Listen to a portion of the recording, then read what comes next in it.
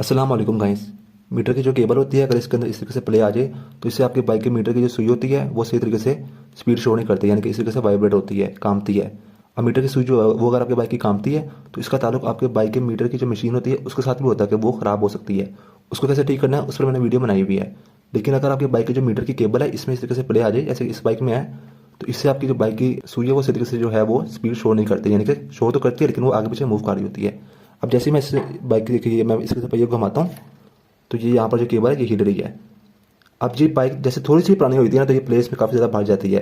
इसको ख़त्म करने के लिए अब आप, इसका बहुत सिंपल तरीका होता है जो मैं आपको बताऊंगा, और ये बहुत सारी नई बाइक्स में भी आता है।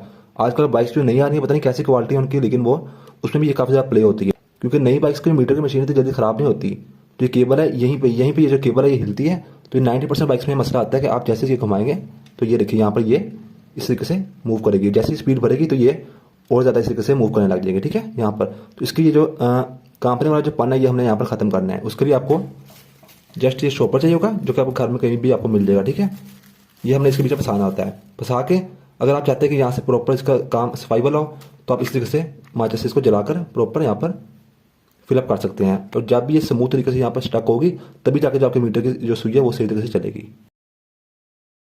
तो चलिए फ्रेंड्स, यहाँ प्रोसेस को स्टार्ट करते हैं।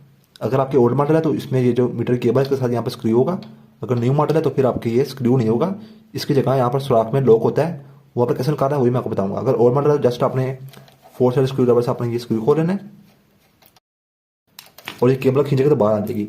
अब नए मॉडल में क्या होगा कि यहाँ पर स्क्रू नहीं होगा, ऐसा सुराख होगा। आपने जस्ट यहाँ पर कोई भी पेचकस लेकर आपने इसके दबाना है तो आपने उसका खींच लेना है। ठीक है, इसका स्क्रू है तो हमने स्क्रू बाहर निकाल के ऐसे खींच लेनी है।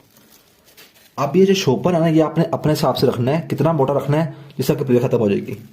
मैं यहाँ पर रख के देखता हूँ, आपने अच्छी तरह से फोल्ड कर लेना है। बिल्कुल ये एंड वाली जगह है ना, यहाँ पर आप इस तरीके से इसको ये फंसा दें।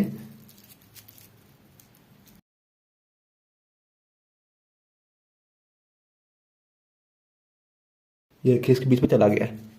तो आप देख लेना कि यहाँ प्ले ना हो। ठीक है, ये देखिए अब इसमें जरा भी प्ले नहीं है।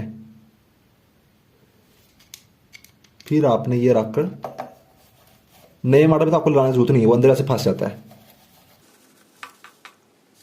अब ऐसे आप इसको ऐसे भी छोड़ सकते हैं, लेकिन मैं यहाँ पर जस्ट हल्के से इसको, अगर आपको हीट करना तो आप हीट करने से कर लें, वरना आप ये माचिस की जो आगे इससे आप थोड़ा सा यहाँ पर जला दें ताकि साथ चिपक जाए, बस ज़्यादा नहीं।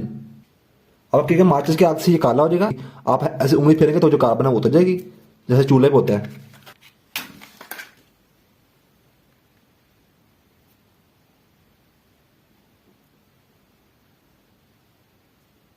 ये आप इसके साथ अच्छी तरीके से स्टक हो गया है, ये बिल्कुल भी नहीं हिल रहा। ठीक है, अब जैसे मैं ये घुमाता हूं, आप देख रहे हैं मैं कितना तेज मैंने पहिया घुमाया, ये जरा सा भी नहीं हिल रहा, बिल्कुल भी मूव नहीं हो रहा। कितना अच्छे तरीके से काम हुआ ये।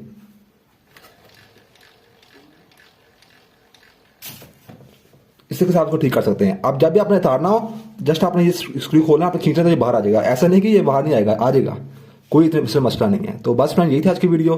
मेरा नाम है तैयब अजीज। आई होप आपकी वीडियो अच्छी लगी होगी। थैंक्स एंड अल्लाह हाफिज़।